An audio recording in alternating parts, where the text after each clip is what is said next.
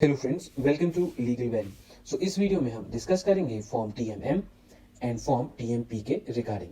सो form TMM हमेशा use होता है आपका before registration of trademark and form TMP आपका यूज होता है हमेशा post registration of trademark. And जब भी आपका क्लेरिकल एरर से रिलेटेड कोई फॉर्म सबमिट करना है तो उस केस में आप फॉर्म टीएमएम को सबमिट करेंगे जब आपका trademark under the process of registration होता है। अब मन में डाउट आता है कि फॉर्म टीएमएम होता क्या है and when it is applicable.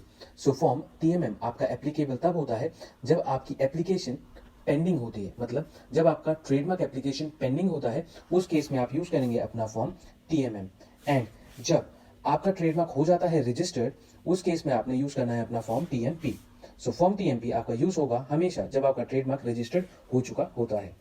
अगर आपको कोई क्वेरी है या कंफ्यूजन है इस वीडियो से रिलेटेड, आप हमें कॉल कर सकते हैं 9971687949 पे।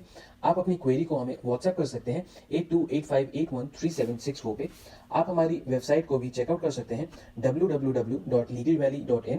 आप अपनी क्वेरी हमें ईमेल भी कर सकते हैं official@legalvalley.in पे। सो अब हम डिस्कस करते हैं फॉर्म टीएमएम को। फॉर्म टीएमएम देखने में कुछ ऐसा होता है जिसके अंदर आप अपनी रिक्वेस्ट को सिलेक्ट करके सेंड सबमिट कर सकते हैं।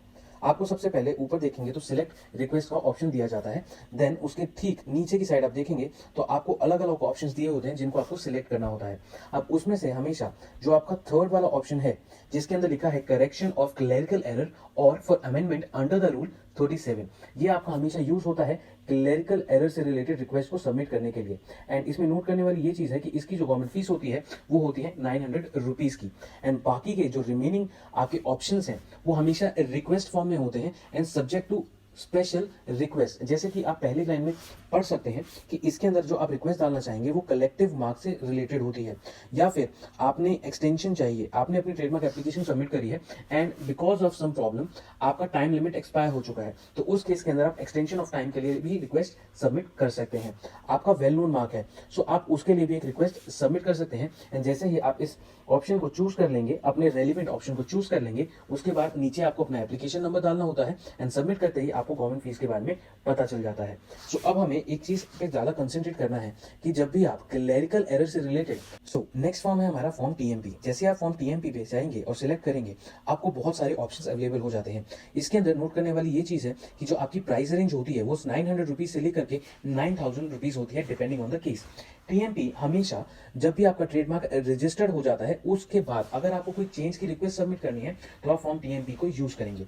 इसके अंदर आप देखेंगे लेफ्ट साइड में तो आपको बहुत सारे ऑप्शंस दिए हुए हैं जिसके रिलेटेड आप फॉर्म टीएमपी को सबमिट कर सकते हैं, जिसमें से कुछ को हम डिस्कस कर सकते हैं। जैसा कि अगर आप पहले वाले कॉलम को देखेंगे तो इसके अंदर बोला गया है ऐड और ऑल्टर ट्रेडमार्क। इसमें नोट करने वाली ये चीज है कि आप ट्रेडमार्क को भी चेंज करवा सकते हैं या फिर ऑल्टर कर सकते हैं, बट आपको एक चीज हमेशा ध्यान में रखनी है कि आप अपने ट्रेडमार्क का ओवरऑल जो इंप्रेशन है उसको कभी भी चेंज नहीं करा सकते। आप हमेशा अपने ट्रेडमार्क में कुछ एडिशन करवा सकते हैं या फिर ऑल्टरेशन करवा सकते हैं। आप चाहें तो अपने रजिस्टर्ड प्रोप्राइटर का भी जो एड्रेस है उसको चेंज करवा सकते हैं, change in the sense alter करवा सकते हैं।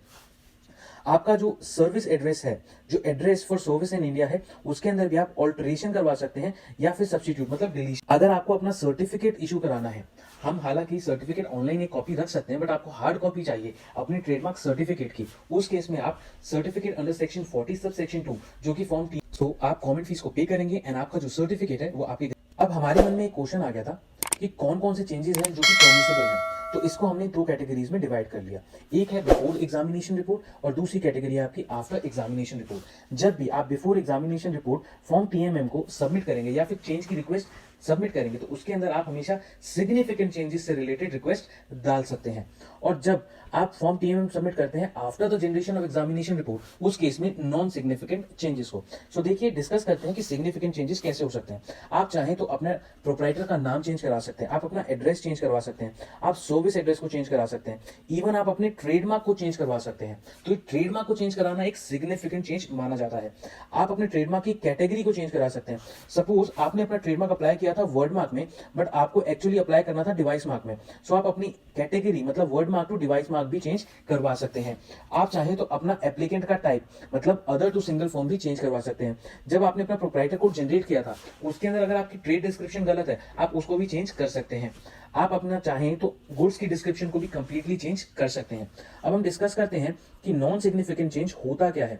नॉन सिग्निफिकेंट चेंजेस वो होते हैं जिससे कि आपकी ट्रेडमार्क की एप्लीकेशन ओवरऑल चेंज नहीं होती।